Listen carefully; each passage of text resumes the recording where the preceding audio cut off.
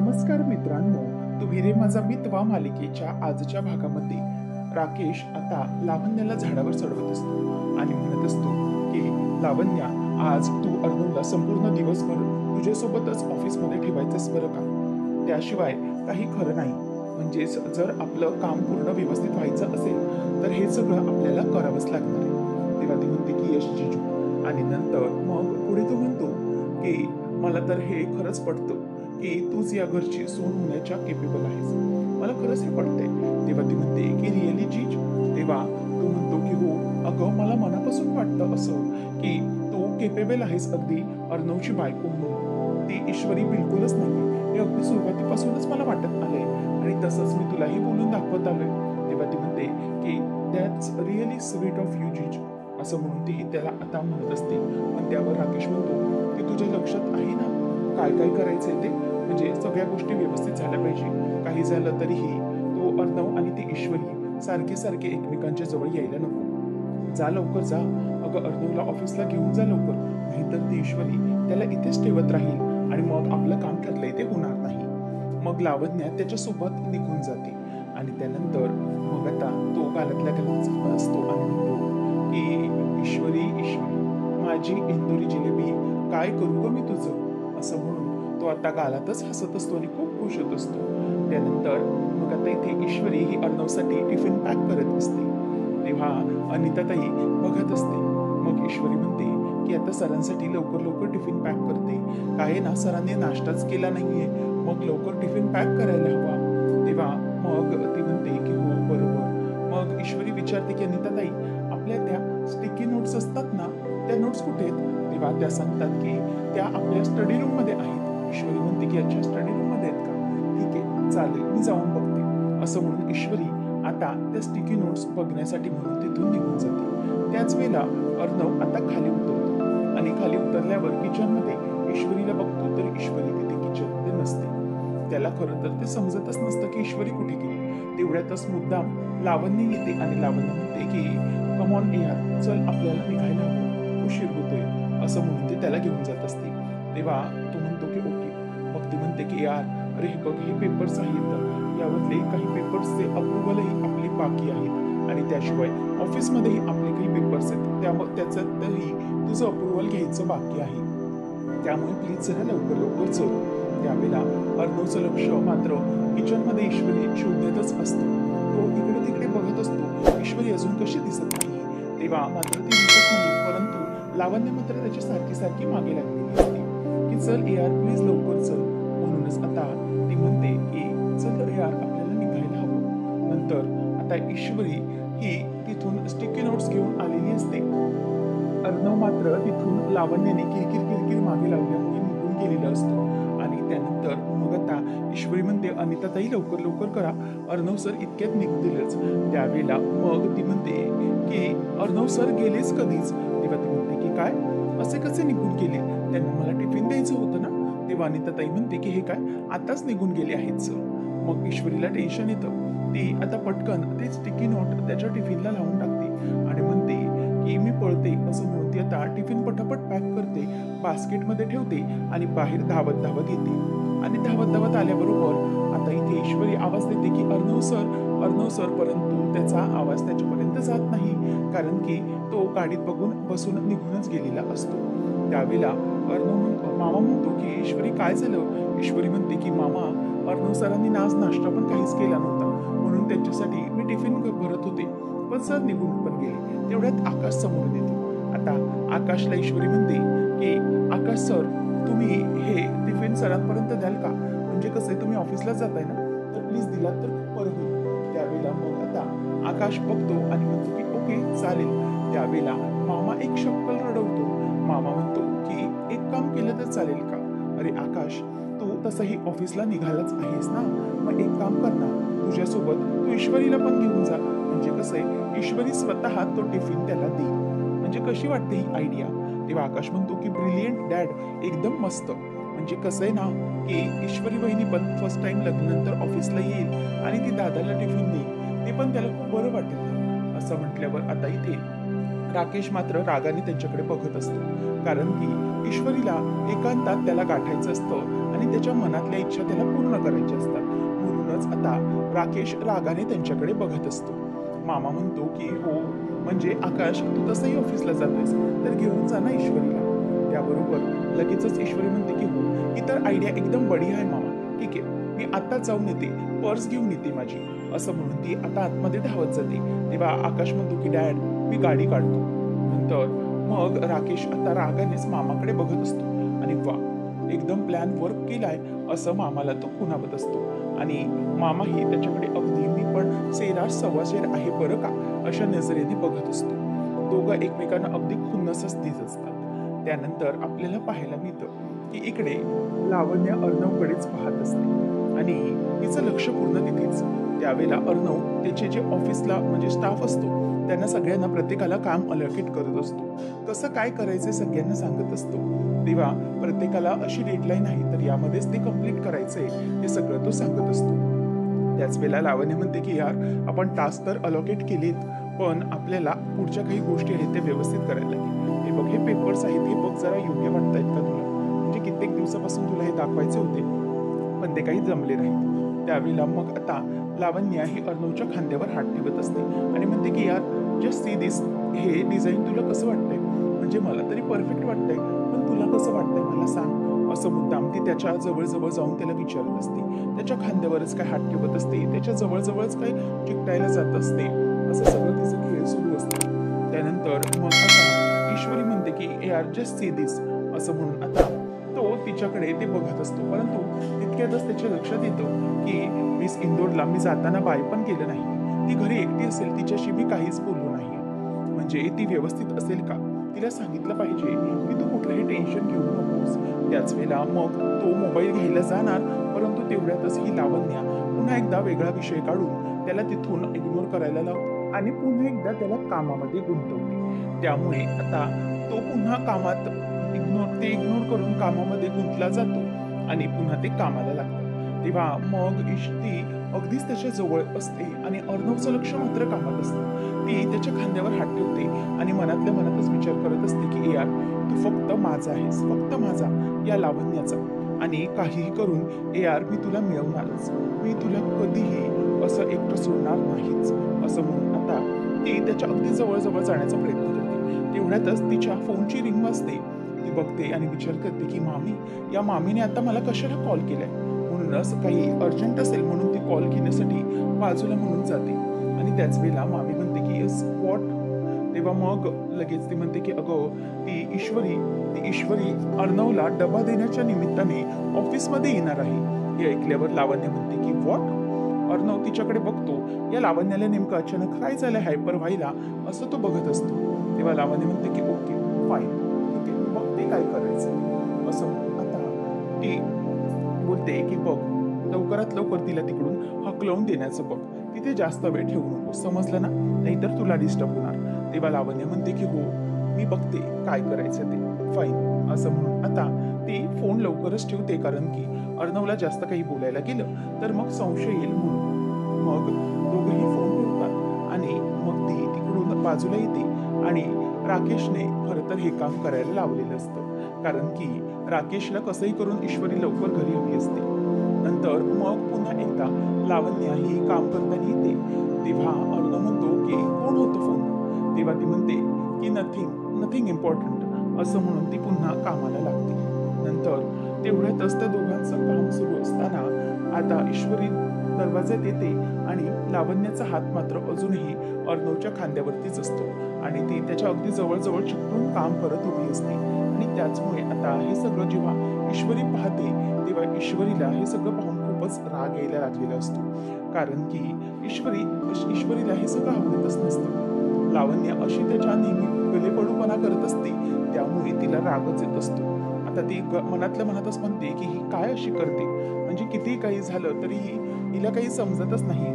ही अर्णव सरांच्या जवळ जाण्याचा चान्सेस बघत असते. मला ना खूप राग येतो हिचा. असं म्हणून आता ती खूप चिडत असते, परंतु नंतर म्हणते की पण मला काय झालंय जेलस व्हायला, मी कशाला जेलस व्हायला पाहिजे, असंही ती स्वतःला म्हणते. नंतर तरीही ईश्वरी आली तरीही लावण्य काही बाजूला होत नसते किंवा तिचं लक्ष त्याच्याकडे जात नसतं हे तिला कळलेलं असतं. त्यामुळे लावण्य आता अर्णवकडे बघते आणि अर्णव सर येऊ का आत असं विचारते.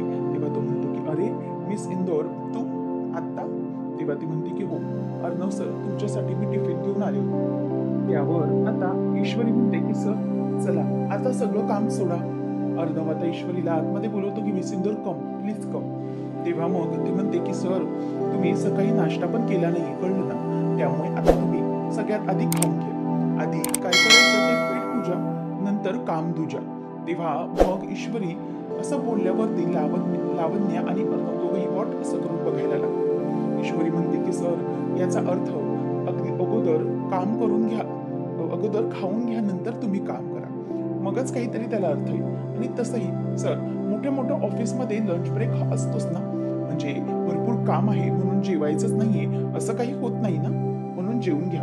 तेव्हा लावण्य म्हणते की हे बघ ईश्वरी आम्हाला ना खूप काम आहे त्यामुळे प्लीज असं करू नकोस. तेव्हा लगेच ती म्हणते की एक मिनिट लावण्य मॅम तुम्ही काही बोलू नका. अर्णव सर तुम्ही काही नाश्ता केलेला नाहीये त्यामुळे प्लीज असं करू नका. म्हणजे तुम्ही अगोदर खाऊन घ्या तरच बरं राहील, कारण तुम्ही नाश्ताही केलेला नाहीये त्याच्यामुळे आता ऑफिसमध्ये तुम्हाला हे सगळं करावंच लागेल. अर्णव सर टिफिन खायलाच लागेल आता तुम्हाला. तेव्हा मग तो म्हणतो की बरं मी सिंदूर चालेल तू इथे टिफिन ठेव, मी थोड्या वेळाने खाऊन घेतो. माझं हे एवढं उडकलं ना, सांगितलं ना मी खाऊन घेतो. तेव्हा ईश्वरी म्हणते की जे नाही. तेव्हा मग अर्णव म्हणतो की मी सिंदूर प्लीज मी खाऊन घेईन सांगितलं ना मी तुला. तेव्हा ती म्हणते की बरं ठीक आहे सर. अर्णव सर तुम्ही खा तोपर्यंत मी इथे ऑफिसमध्ये माझ्या ज्या मैत्रिणी आहेत जुन्या त्यांना भेटून येते. काय आहे ना की अगोदर मी त्यांची मैत्रीण होती, म्हणजेच इथे मी अगोदर स्टाफ म्हणून काम करत होते बरोबर ना, अगोदर त्यांची मैत्रीण म्हणून त्यांना भेटायचे, आता तुमची वाईफ म्हणून त्यांना भेटते जाऊन. म्हणजे फरक आहे ना, असं मुद्दामच लावण्याला ती टोमणा मारत बोलत असते. कारण की असं मैत्रीण आणि असं बायको असं म्हणून ती मुद्दामच तिला खरं तर दाखवून देत असते लावण्याला की मी आता सरांची बायको आहे बरं का. त्याच वेळेला मग आता अर्णव म्हणतो की ओके मिस इंदोर जा तू त्यांना तोपर्यंत भेटून ये, मी माझं थोडंफार काम आवडतो. त्यानंतर इथे आता लावण्य ही रागानेच तिच्याकडे बघत असते, कारण की ती असं बोलल्यामुळे तिला खरं तर खूपच राग आलेला असतो. त्याच वेळेला इथे आता लावण्याला बघतच ईश्वरी म्हणत असते की नाही ही ना बाई काही केलं तरीही लांब जाणार नाही. ईश्वरीच्या लक्षात येतं की जर मी अशीच इथून निघून गेले तर ही पुन्हा अर्णव सरांना चिकटण्याचं काम करणार आणि पुन्हा अर्णव सरांच्या जवळ जाऊन त्यांना ती त्रास देत राहणार आणि त्याशिवाय अर्णव सर काही हिच्या कामामुळे टिफिन खाणार नाहीये. त्यामुळे काही झालं तरी आता मी लवकरात लवकर अर्णव सरांना टिफिन खायला देणारच असं तिच्या मनातल्या मनात आता व्हायला लागतं. त्याच वेळेला लावण्य मात्र अगदी डोळे बंद करून वैतागत असते की या बाईचं चाललंय तरी काय, एका बाजूला जात नाहीये. एवढ्यात अर्णव काम करत असतो. लावण्य ही तिच्याकडे रागाने बघते. ईश्वरी बाजूला जाते आणि बाजूला गेल्यानंतर ती बघते तर पुन्हा एकदा लावण्य ही अर्णव सोबत जवळजवळ जाऊन काम करण्याचा प्रयत्न करत असते. आणि त्याच वेळेला ईश्वरी ही मागे जाते, म्हणजेच तिच्या मैत्रिणींना भेटायचं म्हणून बाजूला जाते आणि विचार करते की मला का असं होते, म्हणजे मला असं वाटते इथे सरांच्या केबिन मधून पायच बाहेर टाकून माझे पावलं अशी जड का होत आहेत. मला असं वाटते ना की इथून अर्णव सरांना असं हिच्या या बाईच्या तावडीतून सोडून बाजूला जाऊच नाही, म्हणजे असं कशाला वाटतंय ना काही समजत नाहीये असं ईश्वरी मनातल्या मनातच विचार करत असते. आणि त्यानंतर मग आता त्वरित ठरवते की नाही अजिबात नाही, मला नाही सहनच होणार नाहीये, त्यापेक्षा मी इथून बाहेरच जाणार नाही. नंतर मग ईश्वरी ही चालत मागे येते आणि म्हणते की अर्णव सर एक मिनिट डिस्टर्ब करते, सॉरी पण खरंच आता ना मला काही माहिती नाही, एक काम बिनता सगळं काही तुम्ही आता ना बाजूला ठेवून द्या, अजिबातच आता याकडे लक्ष देऊ नका तुम्ही. मी तुम्हाला सांगते ना की आता प्लीज तुम्ही नको दुर्लक्ष करा या सगळ्याकडे. त्यावेळेला लगेचच आता तो म्हणायला लागतो की मिस इंदोर वॉट. ती म्हणते की नाही वॉट बीट मला काहीच माहित नाही, तुम्ही आता लवकरात लवकर हे काम बंद करा बघू असं ती सांगायला लागते. त्याच वेळेला मग इथे ईश्वरी म्हणते की अर्णव सर आधी हे ना काम सगळं बंद करा. तर राकेश हा इथे मामीला भडकवत असतो. तो म्हणतो की ती ईश्वरी ना स्वतःला जास्त शहाणी समजते आणि खरं तर तिला आयडिया देणारे तुमचे मिस्टर म्हणजेच मामाच होते. मामानेच ईश्वरीला सांगितलं की तू त्या अर्णवच्या ऑफिसमध्ये जा आणि त्याला टिफिन देऊन ये. त्या आकाश बरोबर पाठवलंय तिला. तेव्हा मग हे जर झाल्यानंतर लगेचच ती म्हणते की वाटलंच मला, खरंच मला ना असा राग येतो. किती वेळेला सांगितलं की त्या ईश्वरीच्या मागे पुढे करत बसू नका म्हणून, पण काय यांना समजतंय तरी कुठे. त्या आकाशला आणि यांना तर नेहमी सांगत असते बस नुसत्या नसत्या भानगडीमध्ये पडत राहू नका तुम्ही, पण ऐकतील तर ना माझं. त्यावेळेला आता लगेचच ती सांगत असते की या दोघांनी ना फक्त ईश्वरी फॅन क्लब काढायचं बाकी राहिलेलं आहे. इतकं बोलत असतात ना तिच्याविषयी. नाही, आता ना मी पुन्हा एकदा ठणकावून सांगणारच आहे, हे सगळ्यांना बंद करा. त्या ईश्वरीच्या नुसती वावा करणं बंद करा.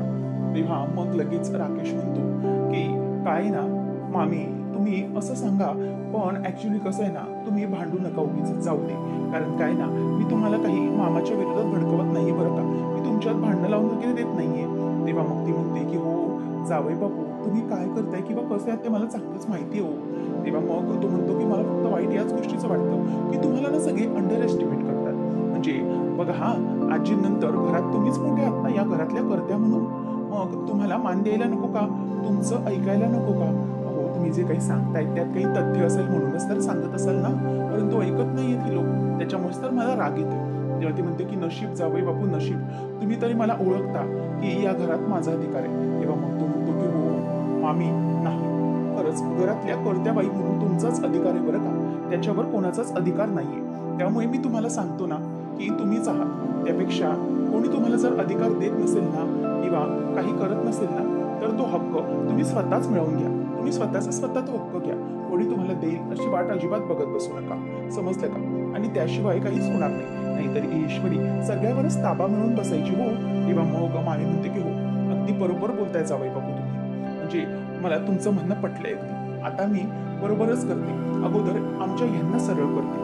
लय ईश्वरी ईश्वरी करतात ना ते, बघतेच मी त्यांना. असं म्हणून लावण्य तिथून वल्लरी तिथून निघून जाते. तेव्हा आता लगेचच ही ठिणगी लावल्यामुळे राकेश खुश झालेला असतो. तो आपापल्या परीने सगळी सूत्र हलवत असतो. तर तो म्हणतो की मिसिंदर, व्हॉट इज दिस. अगं हे काय चाललंय, तू आता परत इथे कशाला आलीस, आताच तर तू जाणार होतीस ना. तेव्हा लगेचच ती म्हणते की नाही, मी आता जाते. तेव्हा मग अर्णव म्हणायला लागतो की मिसिंदर, अगं आता तर तू म्हणालीस की मी नंतर टिफिन खाऊन घेऊ. ईश्वरी म्हणते की नाही अर्णव सर, मला हे पटतच नाहीये ना, पण तुम्ही असं सारखं सारखं काम करत बसणार आणि मग खाणार कधी, तुमची तब्येत बिघडून जाईल. त्यामुळे नको, प्लीज नको हे सगळं. आता ना तुम्ही हे सगळं काम बिम थांबवा बरं का, सगळं थांबवून टाका आणि आता लवकरात लवकर तुमच्या कामाला म्हणजेच तुम्ही आता हे सगळं करायला लागा, खायला लागा. तेव्हा तितक्यातच बाहेरून आकाश येतो. आकाश म्हणतो की एक मिनिट, जे काही वहिनी बोलते ना ईश्वरी वहिनी, ते अगदी करेक्ट बोलते. दादा तिचं म्हणणं अगदी परफेक्ट आहे. उगीचच कशाला तू ऐकत नाहीयेस. आणि तसंही शी इज अ होम मिनिस्टर नाव, आणि त्यामुळे तिचं तुला तर ऐकावं लागेल. आणि आता ईश्वरी वहिनी बायको म्हणून इथे तुझ्या समोर आली आहे ना, त्यामुळे काही झालं तरीही तू आता तिचं म्हणणं असं अंडर एस्टिमेट करू शकत नाही, कळलं का. त्यामुळे आता ना तू अजिबातच काही ऐकायचं नाही. चल आता सगळं काम ठेवून दे आणि जेव्हा वहिनी म्हणेल तेव्हा लंच टाइम असं आता करायचं. कारण की लग्नानंतर फर्स्ट टाइम ती आपल्या ऑफिसमध्ये आली, त्यामुळे प्लीज तू तिचं म्हणणं असं तोडू नको आणि ती जे काही बोलते ते प्लीज आता तू कर, असं आता तो म्हणायला लागतो. त्यावेळेला मग आता आकाश हा अगदी आनंदानेच म्हणतो की ओके दादा प्लीज ऐक. तेव्हा मग लगेचच ईश्वरी म्हणते की बघा ऐकलं ना आकाश सर काय म्हणतायत ते, त्यामुळे प्लीज आता चला अर्णव सर तुम्ही खा. तेव्हा लावण्याला लगेच तो बाजूला करायला म्हणतो की लावण्या प्लीज आपण जाऊया का जरा, म्हणजे तुम्हाला आपली जी काही पुढची गेस्ट लिस्ट आहे ती देशील का, मग त्याप्रमाणे मला प्रिपरेशन करायला बरं. असं म्हणून आता ती हो हो देते असं वृक्षच त्याला बोलते. आणि खरं तर आता तिच्या लक्षात आलेलं असतं की हे ना सगळं हा मुद्दाम करतोय. त्यामुळे मग आकाशला तो सांगतो की आकाश हे सगळं. तेव्हा मग आकाश म्हणतो की हो येस दादा, प्लीज प्लीज तुझं काम तू कर, यू कंटिन्यू, आम्ही पुढचं बघतो काय करायचं ते आम्ही करतो का. असं म्हणून तो आता पटकनच बाजूला निघून जातो. त्यानंतर मग आता हे सगळं होत असताना आकाश मनातल्या मनातच विचार करत असतो, चला लावण्या तर आता बाजूलाच चल. ईश्वरी आता विचार करते की बरं झालं ही लावण्य इथून निघून गेली. ईश्वरी म्हणते की चला आता अर्णव सर तुम्ही खायला चला बघू, सोडा सोडा हे सगळं काम असं सोडून द्या. तेव्हा तुम्ही सिंधू अगं काय चाललंय हे तुझं. तेव्हा ती म्हणते की हो चला तुम्ही पटकनी, मी सांगितलं ना तुम्हाला इथे बसा बघू. नुसतं आपलं काम काम काम आणि सकाळी काही ब्रेकफास्ट केलेला नाहीये तुम्ही, त्यामुळे तुम्हाला त्रास होईल. तुम्हाला काय कळणार आहे त्यातलं? जास्त त्रास व्हायला लागला तर मग काय कराल? त्यामुळे इथे बसा आता, असं म्हणून ती आता त्याची काळजी पूर्णपणे घेत असते आणि त्याला बसायला सांगते. त्यावेळेला मग ईश्वरीने अगदी व्यवस्थितपणे सगळं पॅक करून आणलेलं असतं. आता ईश्वरी म्हणते की खायला किती वेळ लागतोय सर? थोड्याच वेळात तुमचं खाऊन होईल. तेव्हा मग अर्णव ईश्वरीकडे बघत असतो. म्हणजे तो म्हणत असतो की मिस इंदोर, आज चक्क तू टिफिन घेऊन आलीस, म्हणजे खरं तर बरंच झालं. तिथे घरामध्ये बसून बसून बोर झाली असतीस, त्यापेक्षा इथे आलीस, खरंच बरं केलं. म्हणजे तिथे राकेश असताना घरातून आलीस ते बरं झालं, असं तो म्हणत असतो खरं तर. तेव्हा आता अर्णव टिफिन उघडतो आणि टिफिन उघडल्यानंतर समोरच बघतो तर सगळे म्हणजे जेवणाचे पदार्थ. ती म्हणते ईश्वरीने हे स्वतः बनवून आणलेत बरं का सर, मी स्वतः बनवून आणलेत. तेव्हा तितक्यातच तो टिफिन उघडायला जाणार. ईश्वरी अगदी हुरळून वाटच बघत असते की अर्णव कधी टिफिन उघडतोय आणि कधी ती सॉरीची नोट बघतोय. पण तेवढ्यातच त्याला कॉल येतो आणि तो कॉल तो आता उचलतो. आणि कॉल उचलल्यानंतर ईश्वरी म्हणते की सर काय झालंय बघा ना. तेव्हा मग इम्पॉर्टंट कॉल असतो असं तो तिला सांगतो. ती म्हणते की बारा केडेर, आता काय करायचं? अजूनही सरांनी कॉलच म्हणजे कॉलवरच चालू आहे, तर कधी होईल बघणं आणि कधी माझं सगळं ते बघतील, म्हणजे मी जे काही नोट केले ते कधी त्यांचं लक्ष जाईल, असं ईश्वरी आता विचार करत असते. त्यानंतर मग आता ईश्वरीला टेन्शन आलेलं असतं की कसं करायचं आणि काय करायचं. किती झालं तरी अजूनही अर्णव हा लक्षच देत नाहीये हे तिच्या लक्षात आलेलं असतं. तेव्हा आता हे सगळं होत असताना अर्णव हा टिफिन उघडतो आणि टिफिन उघडायला जाणार तेवढ्यातच ती जरा ग्रेव्ही असते त्यामुळे खाली पडते. आता अर्णव म्हणतो की सगळं मेस झालं, I am very sorry miss Indore, असं म्हणून आता ती बाजूला जी चिठ्ठी असते ती डब्याची चिठ्ठीच काढून तो ते पुसायला निघालेला असतो. तेव्हा ईश्वरी म्हणते अर्णव सर हे काय करताय तुम्ही ह्या चिठ्ठीने का पुसलं कागदाने? तेव्हा तो म्हणतो की it's okay, all right miss Indore, अगं हे तर फक्त एक चिठ्ठी आहे ना कागदाची, सो वॉट. तेव्हा ईश्वरी म्हणते की नाही ती फक्त चिठ्ठी नव्हती, तुम्ही असं का केलं, असं आता ती त्याला ओरडत असते. आणि त्यामुळे हे सगळं होत असताना ईश्वरीला खरं तर खूपच राग येत असतो, कारण की अर्णवने तिने लिहिलेली जी सॉरीची नोट असते त्यामुळे त्यानेच ते सगळं पुसण्याचा प्रयत्न केलेला असतो. तो म्हणतो की मिस इंदोर, अगो हळू, किती मोठ्याने ओरडशील तू, प्लीज जरा शांत हो. परंतु ईश्वरीला खरं तर खूपच राग आलेला असतो. ती म्हणत असते की अर्णव सर असं का केलं तुम्ही? अर्णव म्हणतो की इट्स ओके मिस इंदोर आणि तो ते पुसत असतो. पुढच्या भागामध्ये आपल्याला पाहायला मिळतं की ईश्वरीने आता मोठं अगदी पुष्पगुच्छ मागवलेला असतो. ईश्वरी मॅम हे घ्या तुमचा हा बुके. तेव्हा मग तो बुके देऊन तो मुलगा निघून जातो. ईश्वरी विचार करते की बडी आहे, आता मी माझ्या सरप्राईजला सुरुवात करू शकते. अर्णव सरांना एकदम बढिया सरप्राईज देणार आहे मी. तेवढ्यात अर्णव आता तिथे ऑफिसमध्येच ती चिठ्ठी ठेवलेली असते पिंक कलरची, ती उघडतो आणि त्यामध्ये थँक्यू सर असं लिहिलेलं असतं. तेव्हा अर्णव गालातच हसतो आणि त्याच्या लक्षात येतं की ईश्वरी इथे कशासाठी आली होती. आता ती पटकन तो बोलतो की सॉरी. तेव्हा लावण्याला वाटतं की तो तिला सॉरी म्हणतोय. त्यावेळेला मग आता तो म्हणतो की लावण्या, मी तुला नाही मिस इंदोरला सॉरी म्हणतोय. लावण्याला कळतच नसतं की हे काय. तेवढ्यातच ईश्वरी आता तिथे हॉलमध्ये कोणाशीही न बोलता तो बुके घेऊन वर रूममध्ये निघून जाते. तेव्हा मग मामा अंजली बघतच राहते. तेव्हा ती म्हणते की मामा हा बुके म्हणजेच एवढ्या मोठ्या फुलांचा गुच्छ कशासाठी? तेव्हा लगेचच मामा आणि तिच्याही लक्षात येतं की बहुतेक हिचं ना काहीतरी प्लॅनिंग सुरू आहे. तेव्हा मग अंजली म्हणते की वा, म्हणजे हळूहळू यांची प्रगती होतीये, तर खरंच खूप आनंद होतोय मामा, मला खूप जास्त आनंद होतोय. आता ईश्वरी आणि अर्णव मधलं प्रेम हे खूप वाढतंय हे पाहून अंजलीला खूपच जास्त आनंद होत असतो. आता त्याच वेळेला राकेश मात्र आनंदाने वेडा नाही तर त्याला खूप राग आलेला असतो. राकेश मनातच म्हणतो की तुला होतोय आनंद, परंतु त्याच्या दुप्पट त्रास मला होतोय. काही झालं तरीही या दोघांना वेगळं ठेवायलाच हवं, असं आता तो बोलत असतो. नेमकं आता पुढे काय घडणार हे पाहणं अगदी रंजक ठरणार आहे. असेच अपडेट्स जाणून घेण्यासाठी आजच आपल्या चॅनलला सबस्क्राईब नक्कीच करा मित्रांनो. धन्यवाद.